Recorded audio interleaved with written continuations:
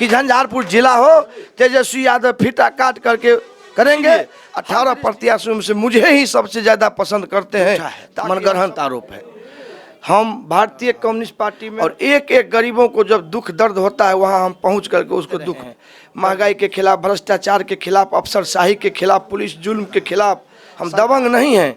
मेरे विरोधी के पास कोई मुद्दा नहीं है। गलत जल नल के नाम पर, गली नली के नाम पर लूट मचा हुआ है। झंझारपुर का जो जिला का सवाल है, बिहार 24 सच से सामना के दर्शकों को विश्वनाथ का अभिनंदन। आज महागठबंधन के प्रत्याशी रामनारायण यादव हमारे साथ अपने कार्यालय में हैं। विभिन्न प्रकार के इन पर लग रहे आरोप और इनका चुनावी मुद्दा क्या है, इन पर बेबाकी से इनका सच से सामना कराने हम इनके पास पहुंचे हैं। रामनारायण जी, आपका स्वागत है। धन्यवाद सर। आप पर विभिन्न प्रकार के आरोप लगाए जा रहे हैं। लोग कहते हैं कि आप कैसे इस चुनाव को लड़ेंगे। आप पर एक गंभीर आरोप है, विपक्षी आप पर लगाते हैं कि आप दबंग प्रवृत्ति के व्यक्ति हैं। क्या कहना है आपका इन आरोप के बाबत? देखिए, विपक्षी के द्वारा जो आरोप लगाया जा रहा है एकदम बेबुनियाद झूठा है। विपक्षी के द्वारा जो आरोप लगाया जा रहा है एकदम बेबुनियाद झूठा है। पार्टी में 30-32 वर्षों से लगातार एक हॉल टाइमर, पूरा वक्ती वर्क कार्यकर्ता के रूप में गरीबों के दुख सुख में, गरीबों के संकट के समय में आंसू पोंछने का काम करते हैं। हम गरीबों के बीच में लगातार अपने गांव घर छोड़ करके सीपीआई के कार्यालय में 30 वर्षों से रह रहा हूं और एक एक गरीबों को जब दुख दर्द होता है वहां हम पहुंच करके उसको दुख दर्द में, सुख और दुख में साथ देते हैं। जिससे आज देख लीजिए, आज बिहार विधानसभा के चुनाव में महागठबंधन के प्रत्याशी होने के नाते हर वर्गों का स्नेह, प्यार और आशीर्वाद मुझे मिल रहा है। जिस इलाके में आप गरीबों के बीच में जाइए, गरीब मेरे ही नाम पर लोग कहते हैं, गरीब मेरे साथ हैं, जनमत मेरे साथ है। जब भी हम पूर्व में भी आंदोलन कार्यक्रम किए हैं तो इस इलाके के जनता मेरे साथ रहा है। तो जनता जिसके साथ रहेगा मजबूत वही रहेगा। जनता के बुनियादी सवाल को लेकर हम लगातार संघर्ष करते रहे हैं। महंगाई के खिलाफ, भ्रष्टाचार के खिलाफ, अफसरशाही के खिलाफ, पुलिस जुल्म के खिलाफ, सरकार के द्वारा जो जन विरोधी नीति अपनाई गई उसके खिलाफ लगातार हम संघर्ष करते रहे हैं, जिसका परिणाम है कि गरीब जनता, मजदूर, किसान, तमाम लोग हमारे साथ खड़े हैं, एक कतार में खड़े हैं। इसलिए विरोधी को दबंग बुझा रहा है। हम दबंग नहीं हैं, जनता के सहयोग से मजबूत हैं और क्रांतिकारी हैं। हर मुद्दा आप झंझारपुर के जल जमाव के समस्या पर देखिए, जो मेरे विपक्षी आरोप लगा रहे हैं। जब झंझारपुर आरएस डूबा हुआ था तो कोई सत्ताधारी आवाज़ नहीं उठाया, न सदन में उठाया न यहाँ आकर के उठाया। हम लोग धरना प्रदर्शन किए। आप रेलवे में अंदर पास के सवाल पर देख लिए होंगे कि झंझारपुर आरएस का बेहद दक्षिणी पंचायत आज रेलवे के कारण 2 भाग में विभक्त है। शैक्षणिक विद्यालय सब जो है, कॉलेज सब सड़क से उत्तर और गांव है सड़क से दक्षिण। बच्चे जो विद्यालय जाते पढ़ने के लिए रेलवे में अंदर पास नहीं था। हमने अनशन धरना प्रदर्शन करके रेलवे विभाग के जीएम से लेकर के तमाम बड़े पदाधिकारी को ज्ञापन दे करके मांग मंगवा करके झंझारपुर आरएस में हम अंदर पास दिलाने का काम किए। इसलिए मेरे विरोधी के पास कोई मुद्दा नहीं है। गलत तरीका से आरोप लगाता है कि दबंग है। मैं दबंग नहीं हूं। जनता के दुख और सुख में साथ दे करके, जनता के सहयोग और आशीर्वाद से मजबूती से उनके पक्ष में हम खड़ा रहते हैं। इसलिए उनको नज़र में लगता है कि दबंग है। मैं दबंग नहीं हूं। जनता के दुख और सुख में हम सदा साथ, दिन और रात रह करके साथ देने वाले हैं। एक आरोप आप पर और भी लग रहा है कि आप गरीबों, भूमिहीनों को बसाने के मुहिम में काम करते रहे हैं। आम आदमी के रूप में भी आपने इस पर काफ़ी काम किया है, पार्टी कार्यकर्ता के रूप में भी काम किया है। अभी चुनाव कैंपेन चलाया जा रहा है कि अगर आप विधायक बन जाते हैं तो वो मुहिम आप और तेज करेंगे, जिससे मतदाताओं को भी डराया जा रहा है। क्या कहना है आपका भूमिहीनों को बसाने और सरकारी भूमि पर लाल झंडा गाड़ने का कार्रवाई का? देखिए, सीपीआई का सदा रहा भूमि सुधार आंदोलन। हमारे 2005 में जब नीतीश कुमार जी पहली बार विधानसभा में मुख्यमंत्री बन करके सत्र चलाए, उसमें हमारे पार्टी के जो अभी राज्य सचिव हैं कमरेड राम नरेश पांडे जी, उन्होंने भी विधायक थे। विधानसभा में उन्होंने सवाल किया कि भूमि सुधार कानून को सख्ती से लागू किया जाए। तमाम जो भूमिहीन गरीब हैं उसको, बास का जो भूमि नहीं है उसको भूमि दिया जाए। माननीय मुख्यमंत्री नीतीश कुमार जी ने विधानसभा में उनके सवालों पर घोषणा किए कि हम बिहार के अंदर भूमि सुधार आयोग का गठन करेंगे, और उन्होंने आयोग का गठन भी किए। डी बंदोपाध्याय की अध्यक्षता वाली कमेटी बना करके उन्होंने भूमि सुधार आयोग कमेटी बनाए। भूमि सुधार आयोग डी बंदोपाध्याय की अध्यक्षता में कमेटी बनी। कमेटी को 38 बिहार के 38 जिला में 3.5 वर्ष तक समय लगा। एक एक जिला में जाकर के उन्होंने सर्वे किया, और डी बंदोपाध्याय कमीशन का रिपोर्ट मुख्यमंत्री के टेबल पर रखा हुआ है। उसमें मुख्यमंत्री के द्वारा उन्हीं के कलम से जो कमेटी का गठन किया गया है, उनके रिपोर्ट पर आज तक माननीय मुख्यमंत्री नीतीश कुमार जी लागू नहीं किए हैं। डी बंदोपाध्याय कमेटी के रिपोर्ट में स्पष्ट लिखा हुआ है कि किसी भी गरीब को घर बनाने के लिए जमीन की आवश्यकता होगी। वो गरीब अगर गाय भैंस मवेशी रखेगा तो उसको बांधने के लिए भी जमीन की जरूरत होगा। गाय भैंस जो गोबर देगी, गोबर के जलावन बनाने के लिए भी जगह की आवश्यकता है। जलावन सुखा के घर में रखने के लिए भी जगह की आवश्यकता है। चापाकल जो गरीब गड़ाएंगे, हौद बनाने के लिए जगह की आवश्यकता है। शौचालय बनाएंगे, उसके लिए जगह की आवश्यकता है। गरीब जो मजदूरी करेगा, मजदूरी करके जो लाएगा, उसको भी सुखाने के लिए, पटिया बिछाने के लिए ज़मीन की आवश्यकता होगी। और बेटी का जो शादी करेगा, 9 हाथ और 7 हाथ का मरबा बनाने के लिए भी जगह की आवश्यकता है। तमाम गरीबों का बुनियादी सवाल को देखते हुए डी बंदोपाध्याय कमीशन की रिपोर्ट बिहार के अंदर 10 डिसमल जमीन भूमिहीनों को देने का प्रस्ताव दिया, लेकिन आज तक माननीय मुख्यमंत्री उसको लागू नहीं किए। जब जीतन राम मांझी मुख्यमंत्री हुए तो उन्होंने 5 डिसमल देने का प्रावधान किया कि जिस गरीब के पास जमीन नहीं है, उनको सरकारी ज़मीन में 5 डिसमल के हिसाब से पर्चा दिया जाए बांस के लिए। अगर ज़मीन उपलब्ध नहीं है तो सरकार ज़मीन खरीद करके किसानों से, किसान को मुआवजा दे करके उसमें बसाने का काम होगा। लेकिन आज तक बिहार की सरकार महादलितों से वोट लेकर के सत्ता हासिल किए, दलितों को सपना दिखाए, लेकिन आज दलितों, पिछड़ों, अकलियतों को लिए कोई नहीं अथी किया है। आप जाइए महादलित के टोला में, एक बूढ़ा था, उसको 4 गो बेटा था, आज 14 गो पोता हो गया है। घर मात्र 5 धूर जमीन में है, उनको अलग अलग घर में रहने की व्यवस्था नहीं है। हम कम्युनिस्ट पार्टी लगातार सरकार पर दबाव देते रहे कि आप भूमि सुधार कानून के तहत तमाम भूमिहीनों को आप जमीन दीजिए। आपका जो कानून बना हुआ है उसके लिए अलग से कानून बनाने की जरूरत नहीं है, आप उसको लागू कीजिए। लेकिन सुशासन बाबू की सरकार आज तक नहीं किया है। आप इसी इलाके में जा कर के देख लीजिए, आप अनुमंडल पदाधिकारी के आवास के पीछे में जाइए, पासवान जाति के लोग हैं, वहाँ महादलित डोम परिवार के लोग हैं। आप जा कर के देख लीजिए कि आज़ादी के बाद आज तक उन गरीबों के लिए सरकार के द्वारा और प्रशासनिक पदाधिकारी के द्वारा बांस की भूमि उपलब्ध कराया गया। कोई कमला तटबंध, आप झंझार जयनगर से लेकर के अब अंतिम छोर तक देख लीजिए, सुपौल तक कमला तटबंध पर गरीब घर बना के बसे हुए हैं। उनको बाढ़ के नाम पर उजारा जा रहा है, लेकिन सरकार का कानून बना हुआ है कि 5 डिसमल हम बांस की भूमि देंगे, बांस की भूमि उपलब्ध नहीं कराए हैं।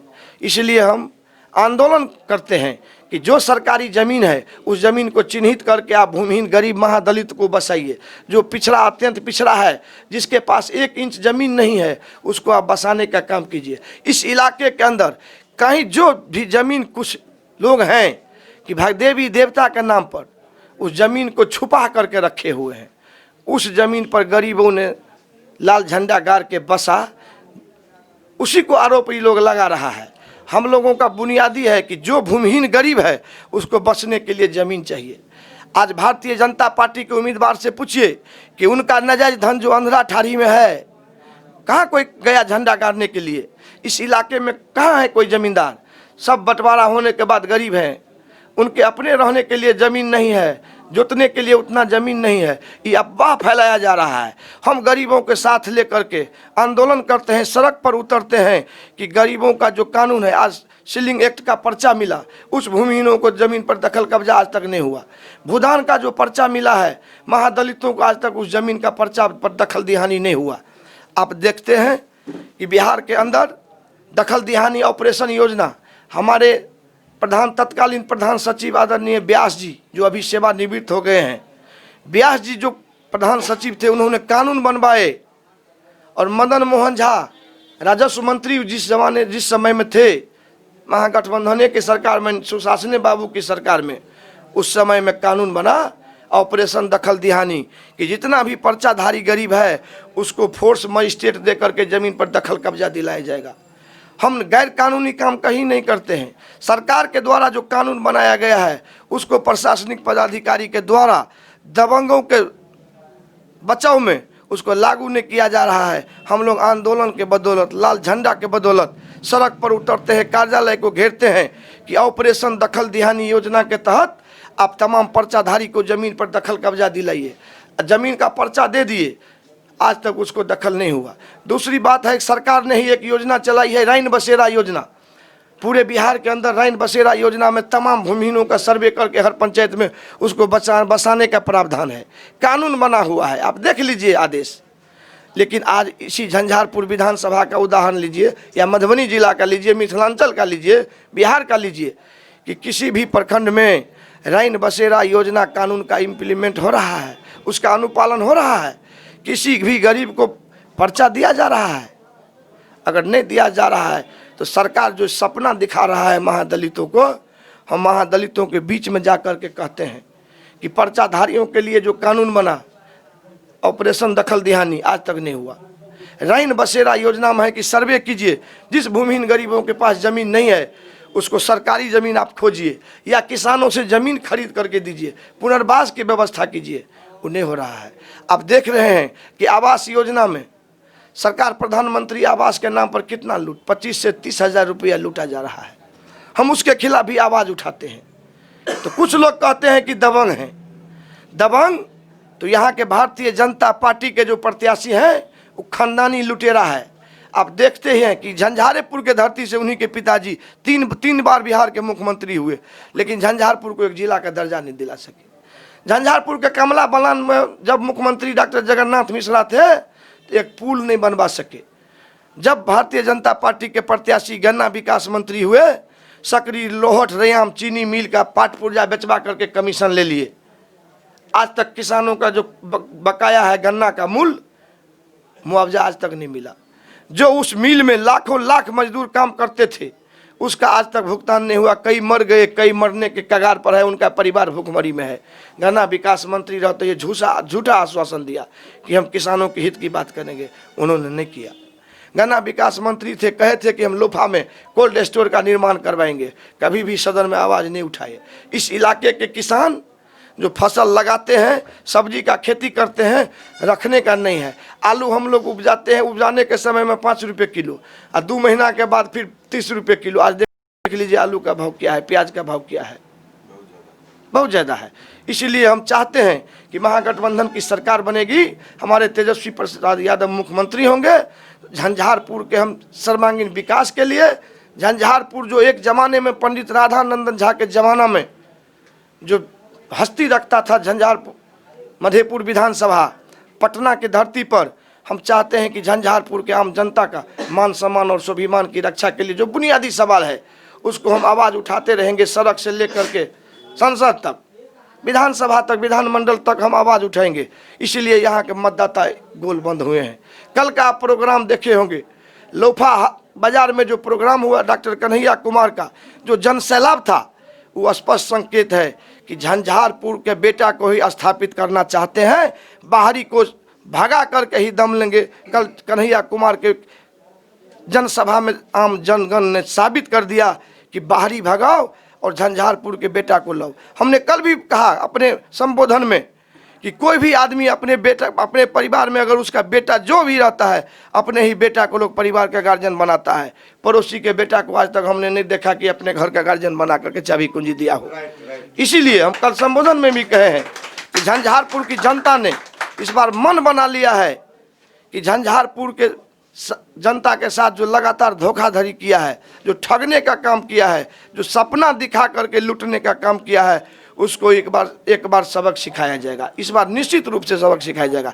इसलिए विरोधियों के द्वारा जो साजिश करके आरोप लगाया जा रहा है कि झंडा गाड़ते हैं, आप इलाका के अंदर में देख लीजिए, बलिया पंचायत के खैरी गांव में महादलित जो सड़क पर थे, कमला बांध पर थे, वाटर बेच के द्वारा उनको नोटिस दिया गया।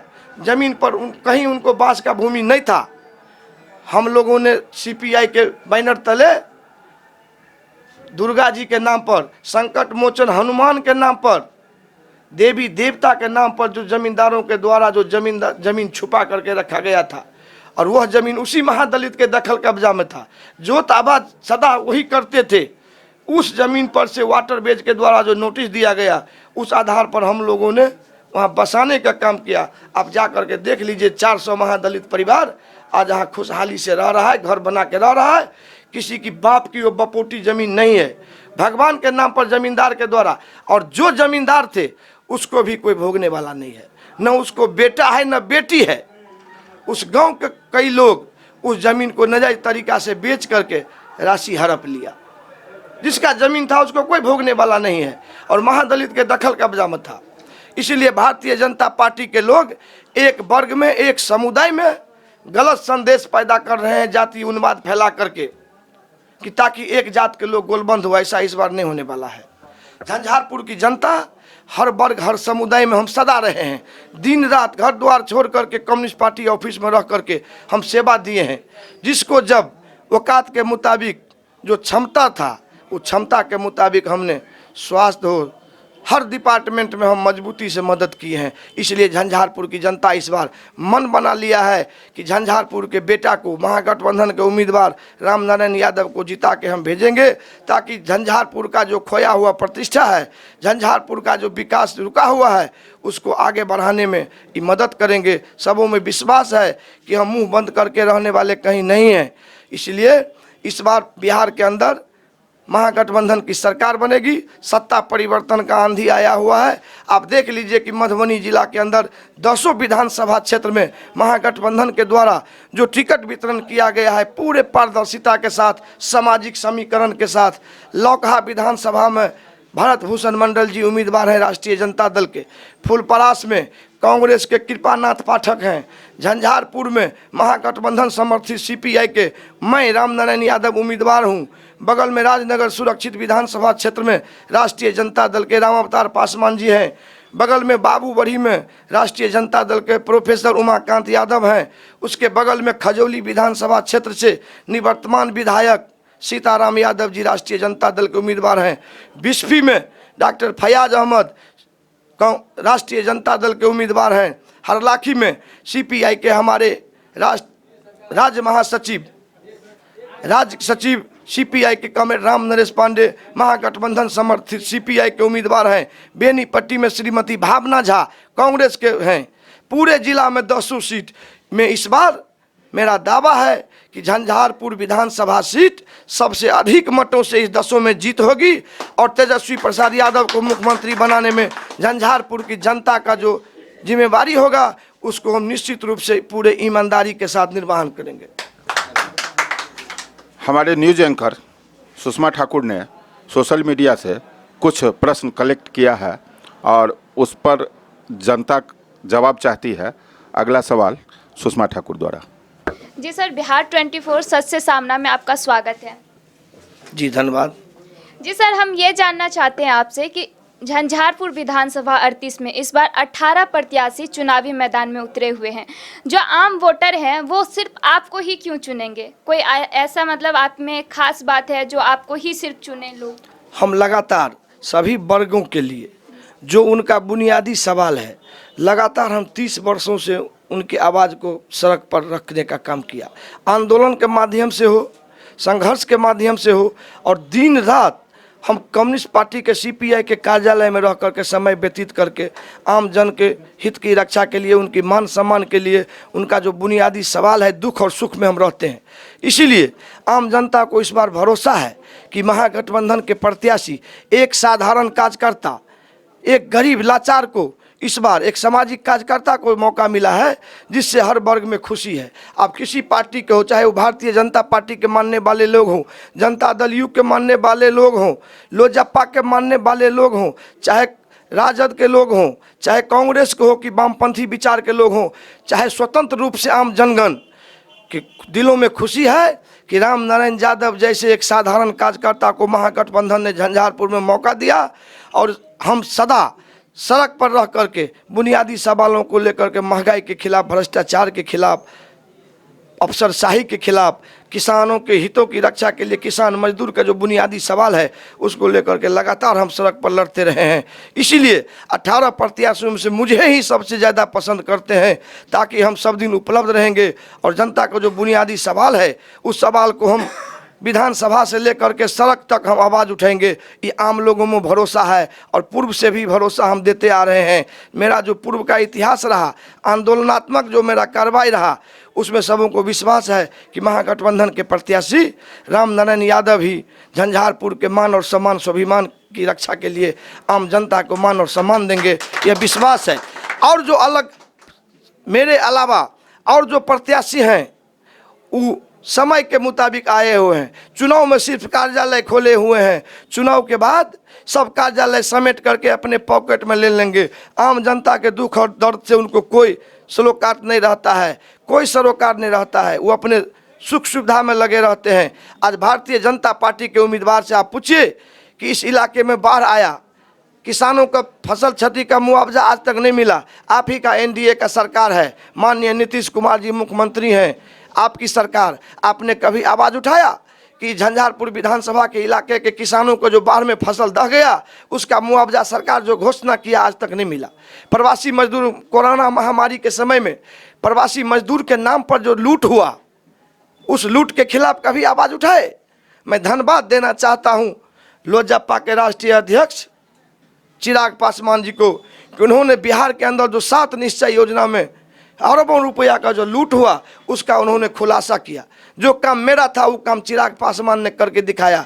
आज देख लीजिए 7 निश्चय योजना में माननीय मुख्यमंत्री जी आज गांव-गांव के अंदर में देख लीजिए किसी भी गरीब के घर में स्वच्छ पानी गया?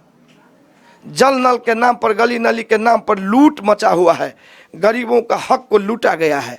हर गांव में सड़क को तोड़ करके, जो सड़क पीसीसी ढलाई बना उसको तोड़ करके पाइपिंग किया जा रहा है। फिर सड़क का वही हाल हो गया, टूटा फूटा सड़क है। आप जाकर देख लीजिए झंझारपुर विधानसभा के महादलित मधेपुर प्रखंड के प्रसाद पंचायत में जो मुसहर टोला है, वहाँ के महादलित लोग अभी भी महिला हो कि पुरुष हो, बच्चे हो, कपड़ा उठा के अपने घर पर जाते हैं। बांध अभी भी टूटा हुआ है, कई वर्षों से आज तक उसको बनाने का काम नहीं हुआ।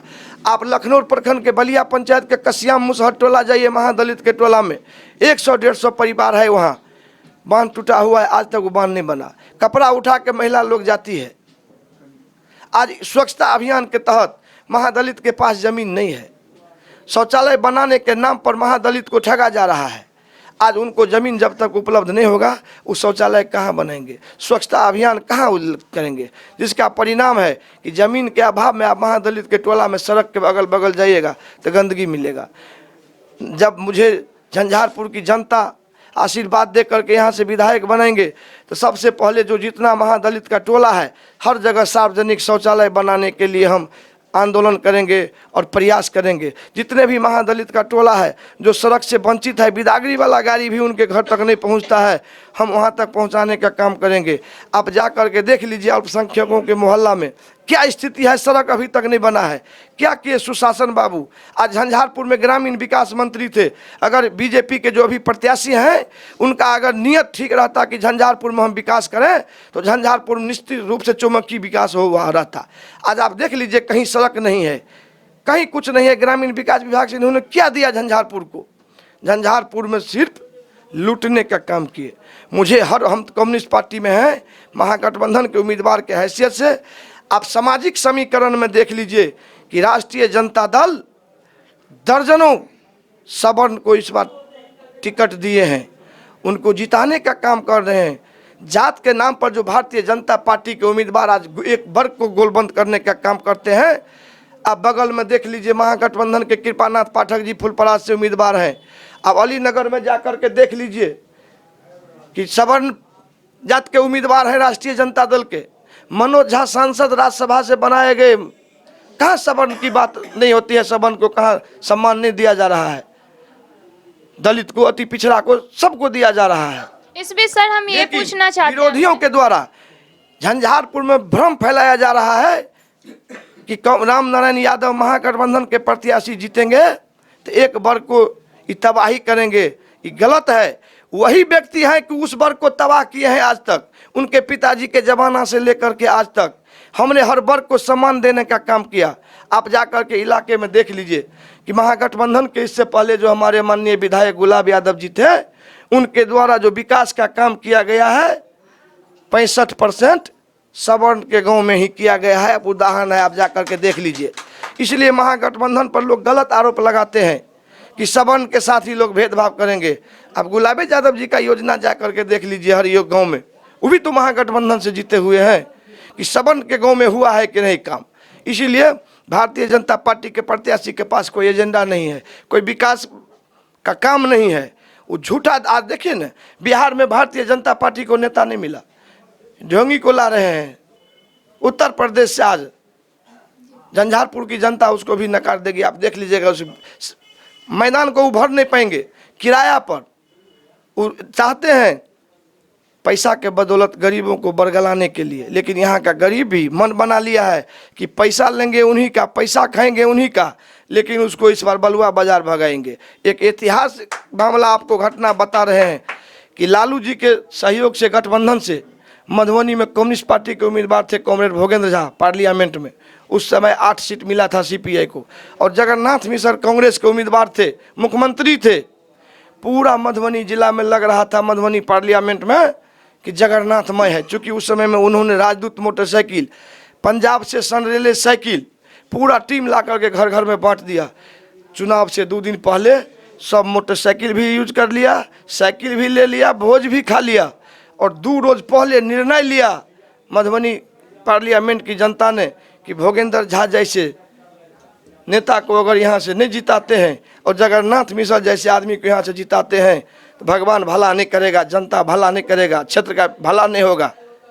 तो जगन्नाथ मिश्रा को कम्युनिस्ट पार्टी के भोगेंद्र झा जैसे नेता हरा दिए। जीवन में उसके बाद जगन्नाथ मिश्र नहीं जीते। उसी तरह हम भी कॉमरेड भोगेंद्र झा के शिष्य रहे हैं, उन्हीं के अनुयायी में हम पार्टी में काम किए। वादा करते हैं कि झंझारपुर की जनता का जो स्नेह, प्यार और आशीर्वाद, महागठबंधन में जो एकजुटता है तमाम नेतृत्व का, उस ताकत के आधार पर हम भारतीय जनता पार्टी के उम्मीदवार को खदेड़ के यहाँ से बलुआ बाजार से पटना तक नहीं भगाए, तब तक हम दम नहीं लेंगे। जिस तरह से कॉमरेड भोगेंद्र झा डॉक्टर जगन्नाथ मिश्र को मधुबनी पार्लियामेंट से खदेड़ कर भगाया था, उसी तरह हम भारतीय जनता पार्टी के उम्मीदवार को इस बार झंझारपुर से खदेड़ कर भगाएंगे, और झंझारपुर के आम जनता का मान सम्मान और स्वाभिमान की रक्षा के लिए सदा हम तैयार रहेंगे, और तैयार हैं, आगे भी हम करते रहेंगे। जी सर, हम ये जानना चाहते हैं आपसे कि आप किन मुद्दों को लेकर इस बार चुनाव लड़ रहे हैं। हमारी महागठबंधन की सरकार बनाने के उद्देश्य से एनडीए के सरकार को हटाने के लिए हमारे महागठबंधन के इंजन है राष्ट्रीय जनता दल। नेता हैं हमारे राष्ट्रीय जनता दल के तेजस्वी यादव जी।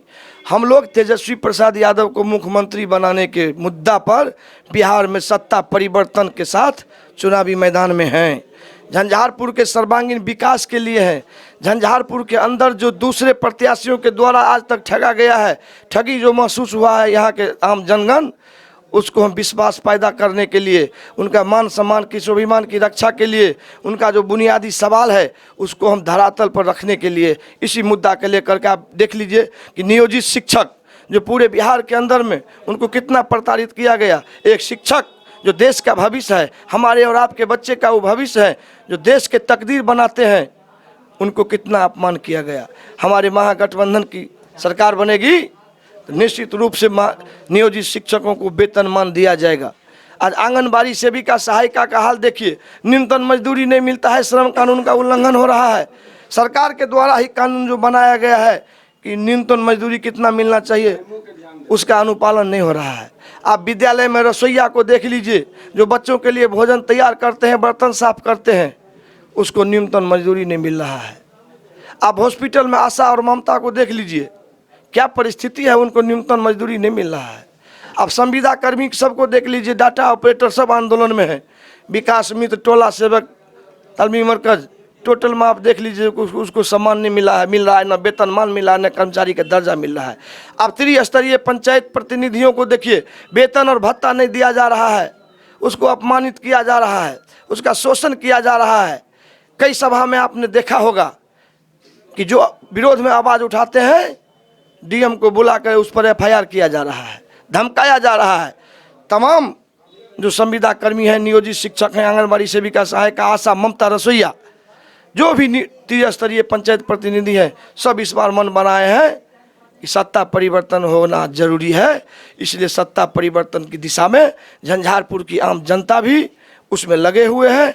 और जिस हिसाब से झंझारपुर के जनता में जोश, उमंग और उत्साह है, मुझे उम्मीद है कि यहाँ की जनता महागठबंधन के प्रत्याशी को कम से कम 50,000 मतों से जिता के एक रिकॉर्ड कायम करेगा, ताकि तेजस्वी यादव बिहार के मुख्यमंत्री होंगे, उसमें झंझारपुर भी आगे रहे। इसी आशा और उद्देश्य के साथ झंझारपुर के आम जनता महागठबंधन के प्रत्याशी के साथ है। महागठबंधन के प्रत्याशी के कंधा में कंधा मिला करके साथ है कि बिहार में सत्ता परिवर्तन हो, आदरणीय तेजस्वी यादव बिहार के मुख्यमंत्री हो। उन्होंने भी घोषणा किया है कि हम मुख्यमंत्री होंगे, कि पहला कैबिनेट के बैठक में 10 लाख सरकारी नौकरी की हम स्वीकृति तो है, हर डिपार्टमेंट में आप देखिए जो सेवानिवृत्त हुए हैं, रिटायर हुए हैं, उस पद पर आज तक बहाली नहीं हुआ। आपने कहा है सर कि 10 लाख सरकारी जो नौकरी है वो देंगे। क्या लगता है सर कि आपको सिर्फ सरकारी नौकरी से विकास हो जाएगा या फिर बेरोजगारी? देखिए, जितना पद खाली है, आप कार्यालय में जाइए, काम नहीं हो रहा है। चूंकि कम आप संविदा कर्मी को कम पैसा देते हैं, उनका नियत रहता है लूट खसोट में। चूंकि जो वेतन आप देते हैं मानदेय, उससे परिवार का भरण पोषण नहीं होता है, इसीलिए वो चोरी करने में लगे हुए हैं। महागठबंधन की सरकार बनेगी, उनको वेतनमान जो जितना पद रिक्त है उसके लिए अलग जरूरत नहीं है, नियुक्ति की जरूरत है। आप प्रखंड में जाइए, अनुमंडल में जाइए, जिला में जाइए, स्वास्थ्य विभाग में जाइए, हर डिपार्टमेंट में जितना पद स्वीकृत है, उस पद पर अगर बहाली हो तो बेरोजगारों को एक आसानी से रोजगार मिलेगा। आपके एक जनता कॉलेज झंझारपुर में है, इस विधानसभा में आप जाके देखिए कि कितना प्रोफेसर का पद स्वीकृत है कितना, 1 या 2। सिर्फ हमारे और आपके बच्चे जाके वहाँ एडमिशन कराते हैं, फॉर्म भरते हैं, पढ़ाई के नाम पर 0, अपने घर में लेके ट्यूशन पढ़ के अपने व्यवस्था साधन के मुताबिक पढ़ते हैं, उसी से वो परीक्षा देते हैं। हमारी सरकार बनेगी, महागठबंधन की सरकार बनेगी, झंझारपुर से विधायक होंगे, तेजस्वी यादव मुख्यमंत्री होंगे, निश्चित रूप से झंझारपुर में जितने भी कॉलेज हैं, उसमें जितना पद स्वीकृत है, उसके लिए हम बहाली कराने के लिए संघर्ष भी करेंगे, आंदोलन भी करेंगे और असेंबली में सवाल भी उठाएंगे। और झंझारपुर का जो जिला का सवाल है, मुख्यमंत्री तेजस्वी यादव बनेंगे, हम संघ प्रयास करके उनसे फीता कटवा के झंझारपुर को जिला बनाने का काम करेंगे।